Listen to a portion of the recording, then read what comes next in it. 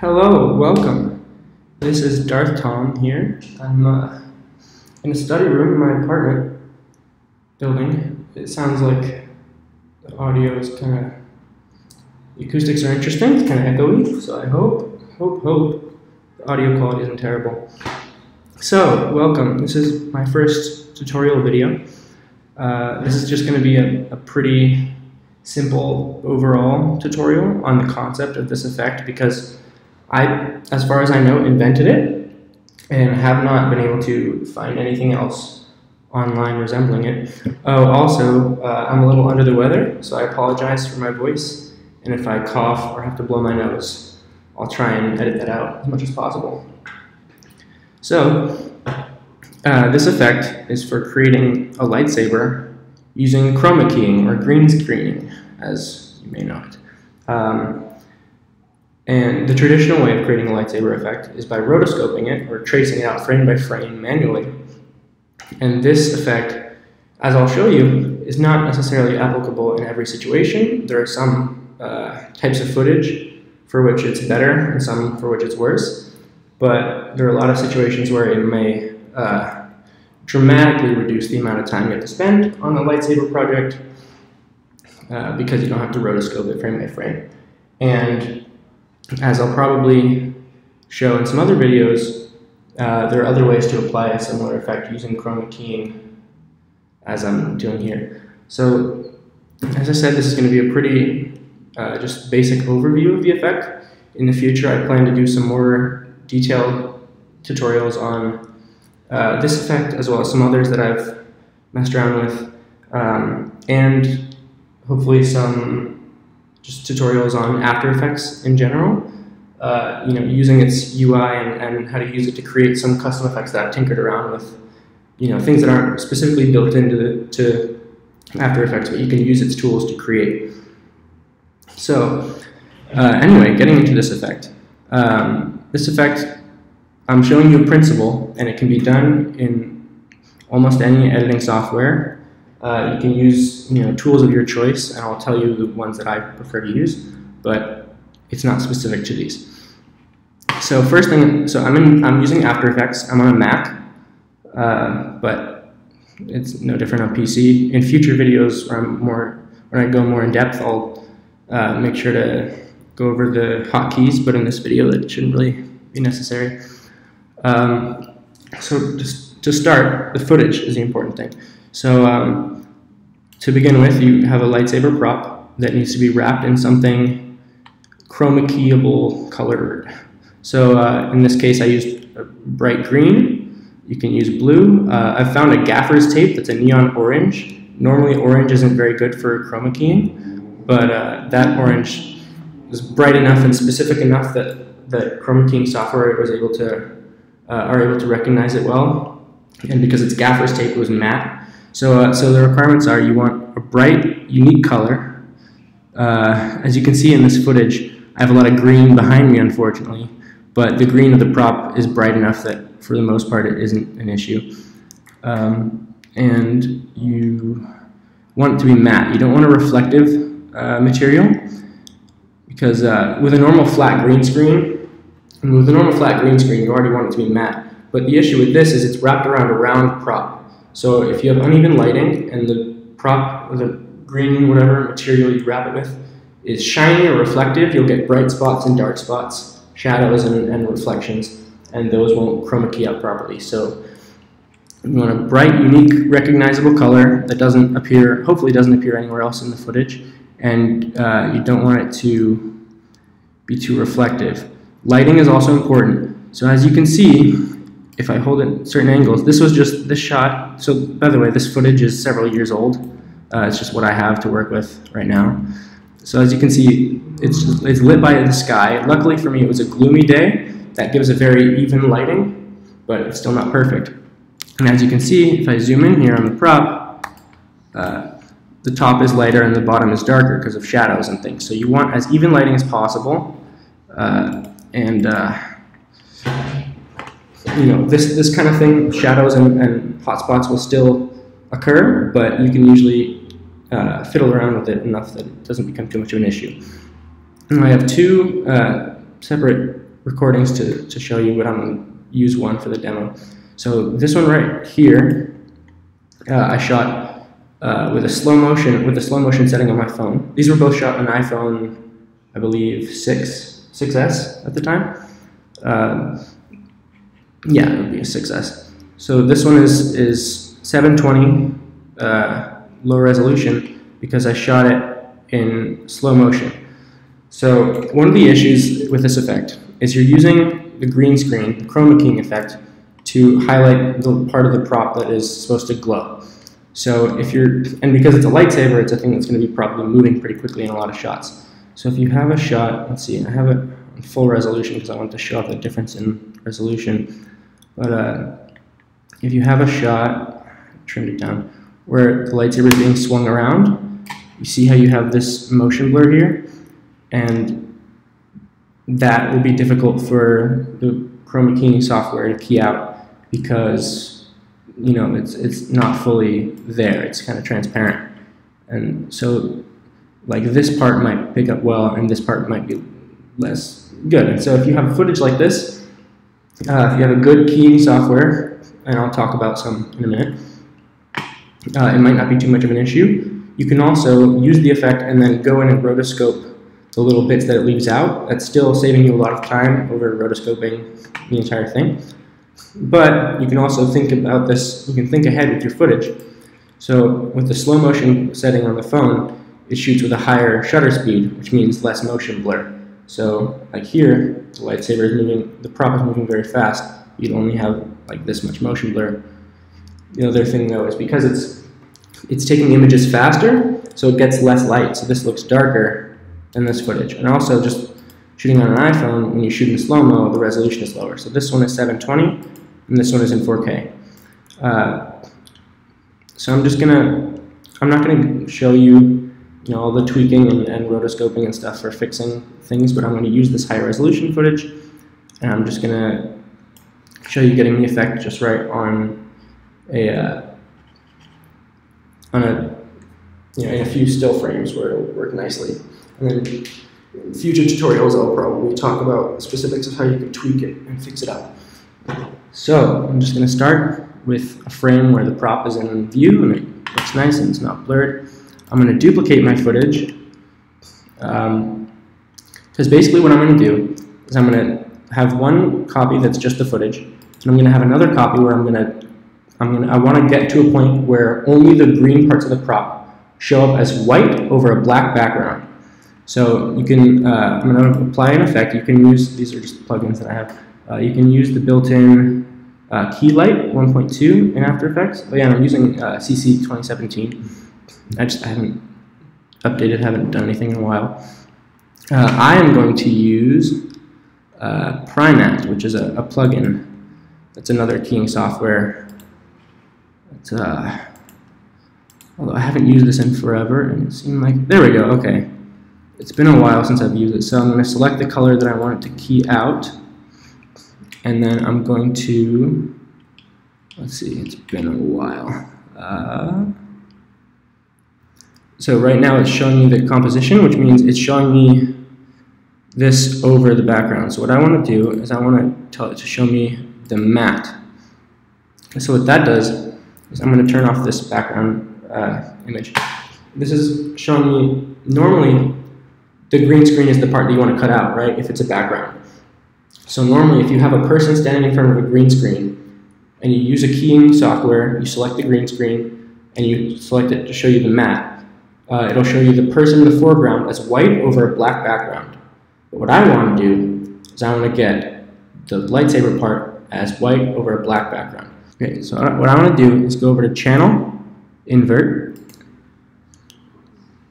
I'm going to just invert that image.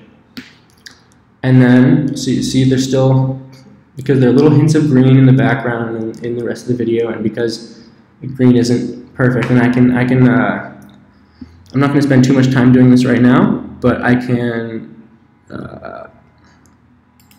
using some of the keying software's other features, I can select parts that I don't want to be in my. See, I can kind of fine tune it, and I'll talk about that in future videos. I'll probably do chroma keying video specifically. And I'll probably do some more in Primat and in Keylight. Anyway, so whatever your software, you want to select the green color and choose it to show you the matte view, and then invert it so you have the green part of the lightsaber as white over a black background. Then, since there's still these other little bits here in the background, I want to go over to Stylize and hit Threshold. And basically what that does is it has a certain cutoff, so things have to be a certain brightness in order to be considered white, and everything that's below a certain brightness will be just black. And so, as you'll notice, let me drop this down to half resolution so it loads a little faster. If I scrub through frame by frame, I don't have to do this frame by frame basically. There will be, again, in footage where there's a lot of movement, there will be places where it's not perfect, and especially in places where it's moving fast, where there's a lot of motion blur. Especially if there are objects behind the lightsaber prop that are a very different color from the green, so like there are pink flowers behind it. When the motion blur happens and you see those two colors kind of blend, that bright color won't be picked up as green. But otherwise, we did a pretty good keying already, and I've spent hours fiddling with it to get it just right for clips and things, for videos that I've done. But already this is looking pretty good. So if I take this video and I put it on screen mode, what that does is it takes everything that's white and makes it appear over whatever's underneath this layer, and takes everything that's black and makes it transparent. So I'm going to make this original footage visible again. So now we have our footage in the background, and we have this white version of the lightsaber over it. In order to make anything glow, in order to make a lightsaber prop, like that's what you need, or a lightsaber effect. If you were rotoscoping it, you'd be tracing out a large white shape around the prop. And once you get that, what you can do is you can duplicate it and put it below it. You can add glows. You can just use built-in glowing effects, or you can blur and tint the layer. But what I'm just going to do is the old-fashioned way. I'm going to take this duplicate of that layer. I'm going to it's been so long. Gaussian blur. Turn that up a lot, and I'm going to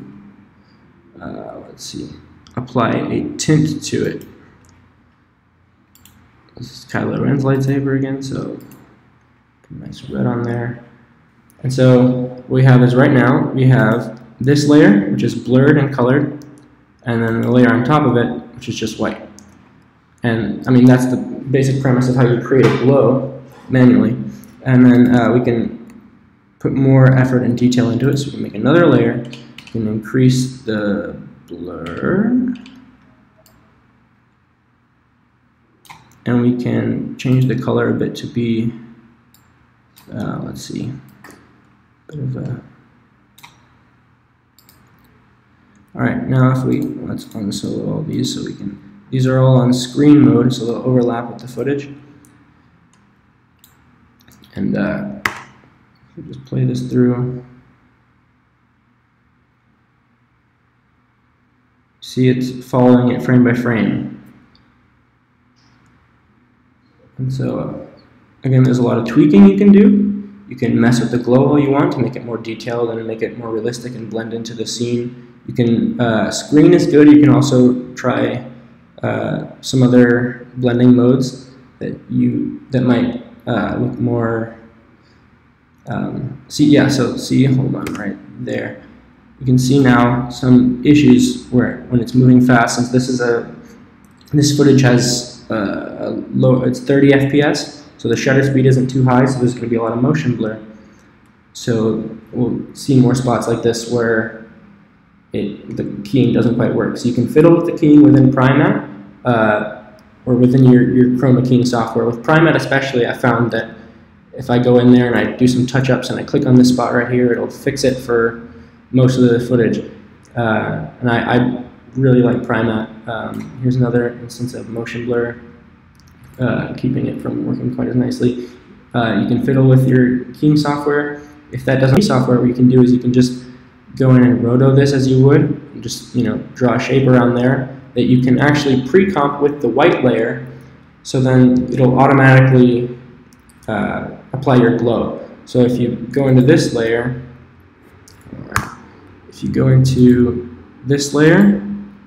right, there should be this extra white bit here. So if you make this a pre-comp with a black solid behind it, and then you take a white solid and mask around it, like in a shape like that, then that'll become your new white layer. And if you create this glow using that white layer, you won't need to keep drawing that shape for the glow as well.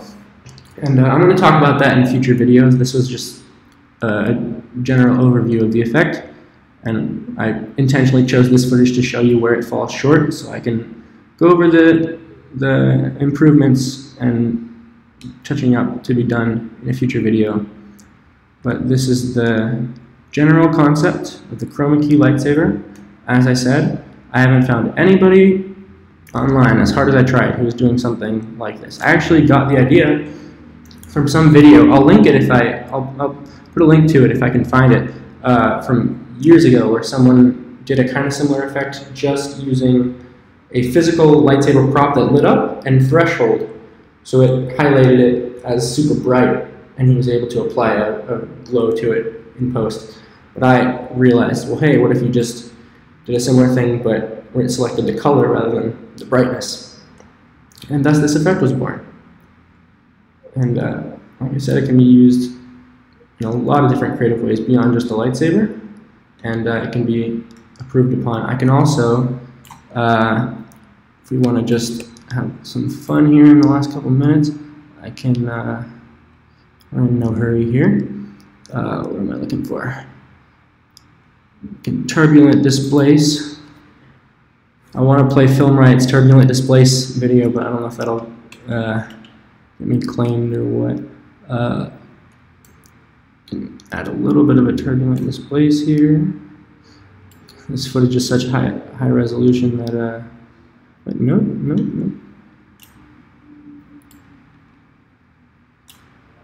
I'll go over this in future videos some more too, but add a bit of a Turbulent Displace, since Kylo Ren's lightsaber, does that wiggly warbly thing. I'm gonna go here, and let's say, who knows? Now if I go through that, I don't know if you can see it.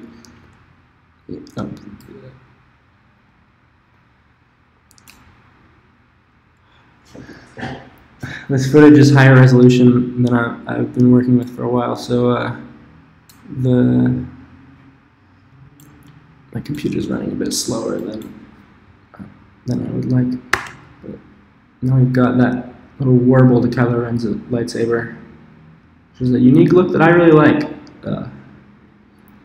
I know not a lot of people do, or a lot of people don't, I should say, but I'm a big fan of the sequels. I really like, at least Force Awakens. I'm a big fan. So yep, see, that's just a quick way to add a little warbly effect. Hope you enjoyed. Like and subscribe. Let me know in the comments other effects and tutorials you want me to do. Hopefully I should be having some more time to work on that in the coming future.